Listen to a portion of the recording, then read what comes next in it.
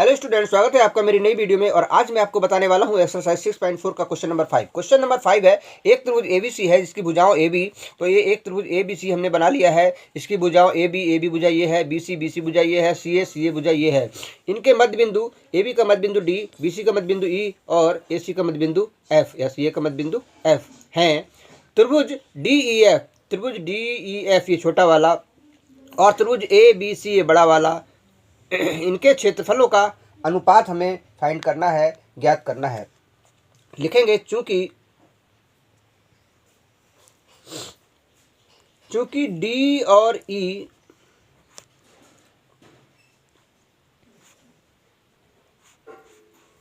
त्रिभुज ABC को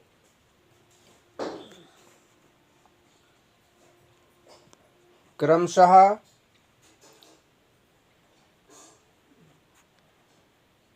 भुजा AB और BC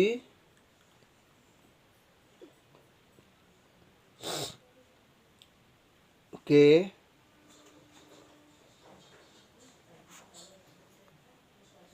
मध्य बिंदु हैं। लिखेंगे चूंकि DAB और EBC का मध्य बिंदु है। चूंकि D और E त्रिभुज ABC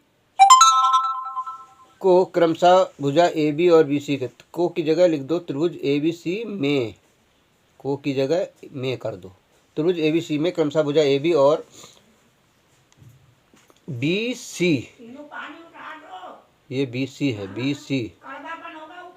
BC के मध्य बिंदु हैं। जब ये मध्य जब ये मध्य बिंदु है तो DE भुजा जो है वो AC के समांतर यानी पैरेलल होगी। इसलिए DE पैरेलल होगी AC के, DE समांतर होगी AC के, और DE समांतर होगी FC के भी। ये लिख सकते हैं, इसको समीकरण 1 लिख लेंगे।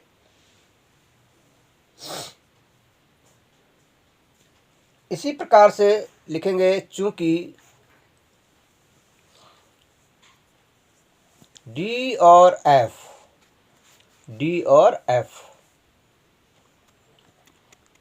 त्रिभुज ABC में क्रमशः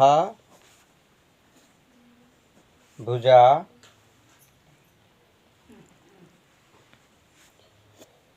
AB और AC के मध्य बिंदु हैं।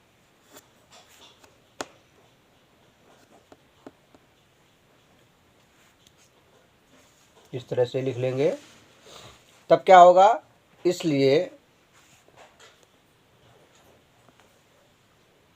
DF जो होगा, DF ये BC के समांतर हो जाएगा। DF समांतर है BC के, implies that DF समांतर है EC के। और इसको इक्वेशन नंबर 2 लिख लेंगे। अब समीकरण 1 व 2 से हम कह सकते हैं, समीकरण 1 व 2 से DECF क्या हो गया, DECF एक समांतर चतुर्भुज हो गया, एक समांतर चतुर्भुज है। इसी प्रकार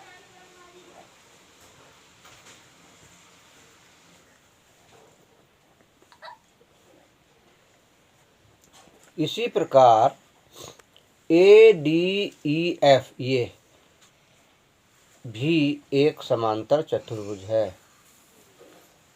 भी एक समांतर चतुर्भुज है। जैसे ये प्रूव किया है ऐसे इसको भी प्रूव कर सकते हैं कि DEFA ये भी एक इन ए डी ई एफ, ये वाला, ये भी एक समांतर चतुर्भुज होगा।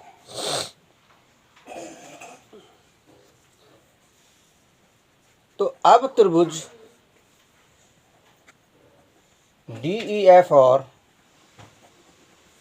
त्रिभुज ए बी सी में, डी ई एफ और ए बी सी इन दोनों में लिखेंगे क्या, कोण डी ई एफ, कोण डी ई एफ ये वाला एंगल जो है ए के बराबर होगा, बराबर एंगल ए। क्यों?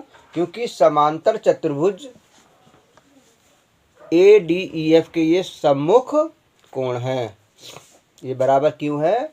क्योंकि ये समांतर चतुर्भुज ए डी ई एफ के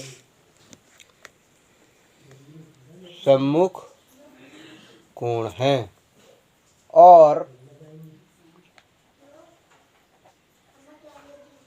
कोण ई डी एफ, कोण ई डी एफ ये वाला जो कोण है इस कोण के सी के बराबर होगा। क्यों? क्योंकि ये भी जो हैं, ये भी समांतर चतुर्भुज D E C F, D E C F के सम्मुख कोण हैं, इसलिए ये भी आपस में बराबर होंगे। इसलिए एंगल एंगल समरूपता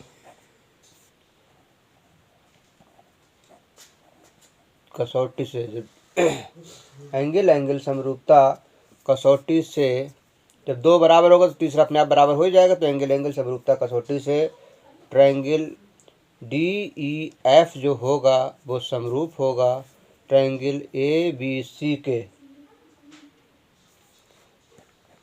इम्प्लाइज दैट, इसका अर्थ ये हो जाएगा, जब ये दोनों समरूप हो गए तो इनका area, area of D E F upon area of A B C, मतलब area of triangle D E F और area of triangle A B C का जो रेशियो है, अनुपात है, वो इनकी करस्पॉन्डिंग यानी सम्मुख भुजाओं के स्क्वायर के बराबर होगा, यानी डी ई का स्क्वायर अपान ए सी का स्क्वायर। अब यहाँ पर हम लिख लेंगे डी ई क्या है, डी ई जो है हाफ ऑफ डी ई, ये है डी ई, हाफ ऑफ ए सी होगी, हाफ ऑफ ए सी, और इसका स्क्वायर हो जाएगा अपान यहाँ ए सी का स्क्वायर पहले से ही है, इसको ऐसे ही लिखा रहने देंगे। तो ये 1 का स्क्वायर 1 नहीं रहेगा, 2 का स्क्वायर 4 हो जाएगा। तो ये 1 अपान 4 ए सी स्क्वायर अपान ए सी स्क्वायर, ए सी स्क्वायर से ए सी स्क्वायर कट जाएगा, तो हमें ये मिल जाएगा 1 अपान 4, या इसको कह सकते हैं 1/4 यहाँ पर लिख सकते हैं। अतः area of triangle D E F अनुपात area of triangle A B C equal to 1/4 answer.